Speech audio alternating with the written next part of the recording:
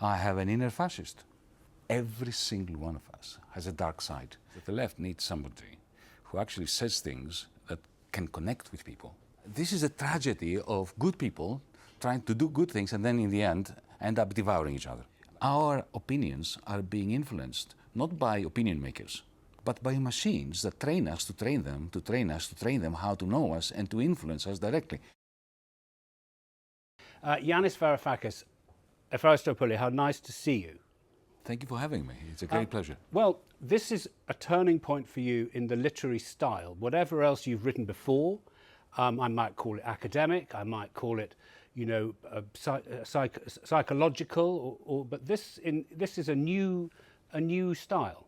So I'd like to think that this is not a boring book that takes one particular left-wing perspective.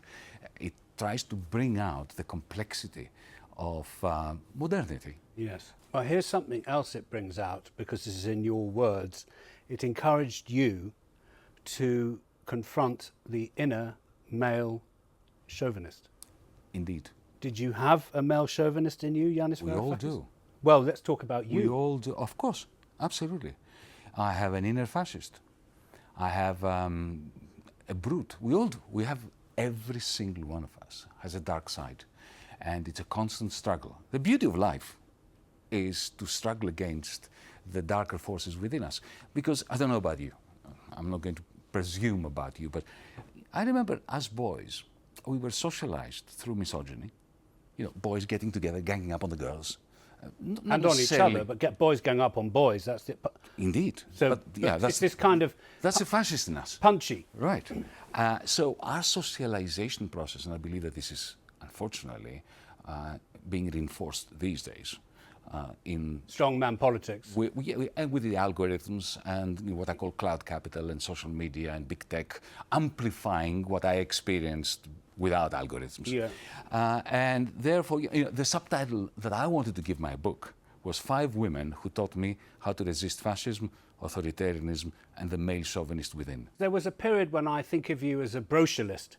Have you heard that phrase? It's a mangle of the word socialist with bro, and it doesn't make any sense except it rhymes. And you were seen as a sort of... I've been accused of many things, not of that. Leather jacket wearing, motorbike riding, Angela Merkel stander-upper brochurist.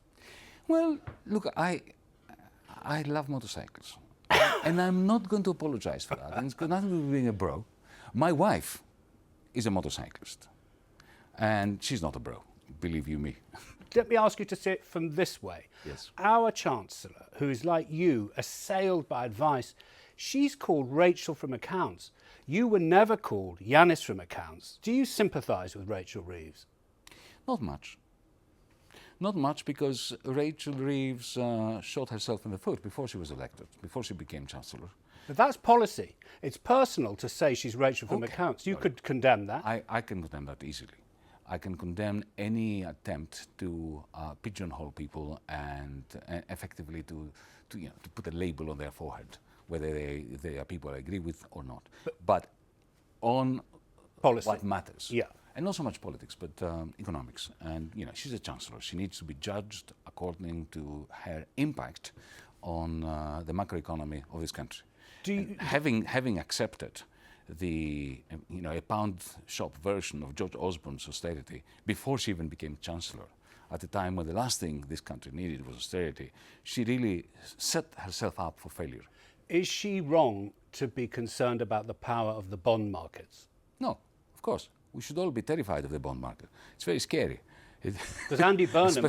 Especially if you are a finance minister, a chancellor, right? You should, be very wary of the bond market. But because Andy Burnham where said... she's completely wrong. Let's not be in hock to the bond markets. Andy Burnham said that. So she's... I think that's what Andy meant, if I may interpret him, which I have no right to do.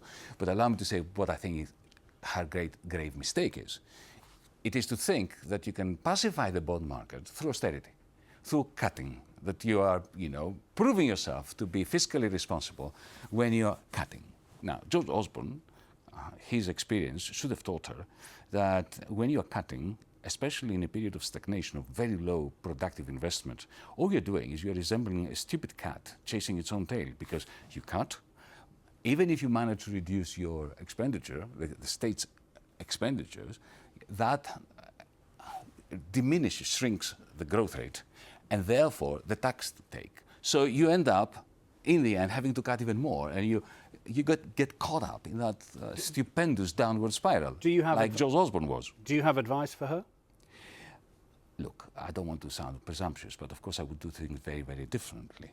And my main advice would be, don't look at the budget before you have a plan on how to reinvigorate the economy. To think that you can simply say growth, growth, growth, while practicing fiscal austerity, and that growth will come through some kind of magic, that's just delusional. The problem that Britain has had now for 30 years is that there has been no serious productive investment. There's been liquidation of public assets, starting from Thatcher with the sale of council houses, British Gas, British Airways and so on. All that money, including North Sea oil, was wasted. It was thrown into the cauldron of creating fake demand, increasing the trade deficit of this country and so on. And then at some point, you just ran out of the family silver to sell, and you had asset prices that were sky high and very low levels of productivity. So you were caught up, this country was caught up, in a low level of equilibrium. Yeah, so you've got to answer the question, so how are you going to reverse that equilibrium? And then the budget will follow. The problem with Rachel Reeves, with these bean counters, is that they start counting beans without having a plan of how to bring about serious, productive investment. I want to ask you as well another question which will annoy you. No questions annoy me. Well, you were getting. It's not having decent answers that does. You don't like, well, or decent questions. But Slavoj Žižek appeared on this program, the Slovenian thinker, and said the left needs its own Trump, because Trump has broken the orthodoxies of what governments can do. He's taken tariffs, which are not really liked by the markets, and thrown them around hither and thither. Do you agree that the left needs its own Trump? Look, Slavoj is a great friend of mine, personally speaking. Right? So that's why I said it. He said it. There's nothing that he can say that annoys me. Because he's just said it. Especially when I disagree with him, because this is how friends should disagree. But let me answer your question. Look, allow me to interpret Slavoj. I know him pretty well. What he meant, and I agree with him on this, is that the left needs somebody who actually says things that can connect with people and which are not simply a regurgitation of that which center-left politicians believe that is going to keep them respectable within the establishment. That's what Slavoj means. And I think he's right on that. You know, we of the left, when we fail to connect with people, we must stop blaming the establishment. The establishment is going to try to bring us down. We have a duty to go beyond that and to connect with people. And that's where I will agree with Slavoj. Because basically, do you need a strong man or woman? Because the left is always falling out with itself. Here, they tried to launch your party, and they can't, they're always arguing, they don't know what to say over here, they don't know what to say over there.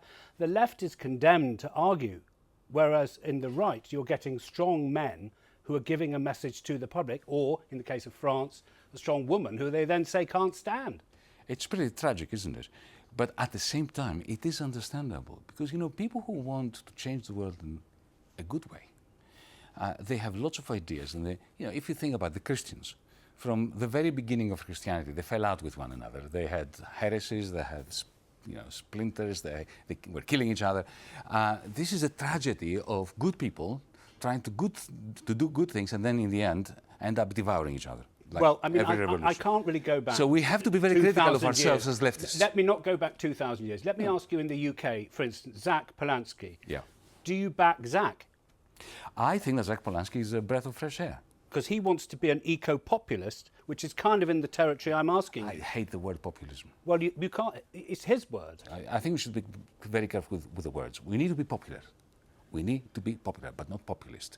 Because for me, a populist is somebody who offers everything to everyone, promises all sorts of things, all sorts of people, things that cannot be fulfilled, promises that cannot be fulfilled. And that is toxic. So I'm against the populism. I think he's right that we need to be popular. And I think that Zach Polanski has really improved the Greens. He's given them a substance that they didn't have. But I don't think the Greens are enough. I think that your party, and here I'm speaking as a bosom buddy of Jeremy Corbyn. I'm not a bosom buddy of Zara Sultana, but I know her and I like her very much. So you would like to see in Britain, and indeed in the European countries, plural, a realignment of the left? I think it's essential. I think it's not just me who needs it. I think that society needs it, because this world of ours, whether it's the United Kingdom or Germany or France or my country or the United States for that matter, we are drifting in a direction that is taking us collectively to a form of sophisticated misanthropy. And the rise of racism, the rise of the manosphere. As a species, we are facing an existential threat following this revival of a kind of the mid-war period. Yes, it's nation states, it's strong men, it's the crowds on the street, it's a climate of violence. You're thinking to yourself, the proof is there that the algorithms, which are controlled by some of the world's richest men, they take the human nature to make you angrier, to make you more entirely violent. We have a new form of capital. Machines used to be just means of production, like steam engines, industrial robots, machines that help us produce other stuff. But now with these algorithms, with these algorithmic capital goods, we have produced means not of production, but of behavioral modification. So for the first time, our opinions are being influenced not by opinion makers, preachers, politicians, and writers, and so on, but by machines that train us to train them, to train us, to train them how to know us and to influence us directly. And the owners of those machines, people like Zuckerberg and Jeff Bezos and Elon Musk and so on, they have this exorbitant power that machinery gives them to extract rents from us. And therefore, that machinery, which is self-programming now with AI, what it does, it's not political, it's not moral, it's not immoral, it's just a machine.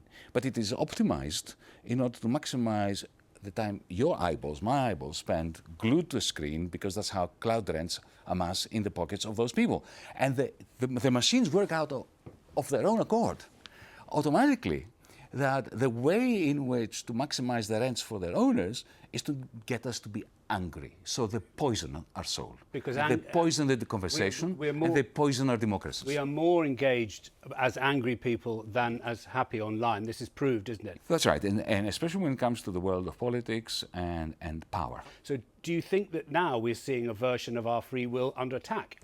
Well, our free will was always precariously balanced.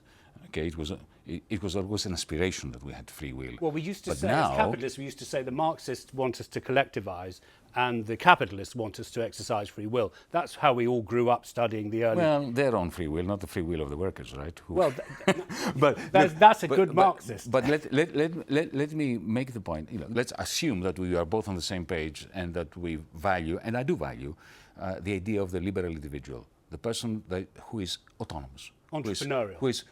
Forget the entrepreneurial, creative, I would say. The person who creates his or her own desires, beliefs, substance, the free person, the liberal individual, right? Well, that is in serious retreat. Let's turn to some policy questions. Let's look at the role of the British Prime Minister in trying to be a bridge between this United States and this current European Union plus the UK plus Ukraine. Mm-hmm. Do you think it's a good role for the British Prime Minister? It's historic to try and bridge. Do you think it's an understandable role for Keir Starmer to try to fill? It is utterly understandable. I don't think he's doing it well. He got 10-15% less than the tariffs on the EU. Well, he didn't get it because he is a good negotiator. He got it because Ursula's a bad one. No, he got it because Donald Trump, and his team in particular, hate the European Union so much, and they are such staunch Brexiteers that they wanted to make sure that Brexit is cast in iron. Trump was, and he was saying that even before he was elected, that he was going to introduce differential tariffs to make sure that Britain gets a better deal than the European Union, to make sure that the Remainers and the rejoiners in the United Kingdom never get a leg up. So I think that in the end, this special relationship is simply a figment of the British imagination. Since we began talking about women, can I end with a very trivial question, which is that once, long ago, I listened as a boy to a song about a Greek woman who had a thirst for knowledge, and she studied at St. Martin's College.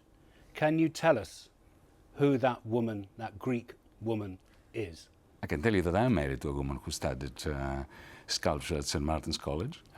And I can tell you that I don't think I will be able to go home tonight if I say more. We want you to come back from your home successfully another time. Thank you for talking to us. Thank you. Thank you.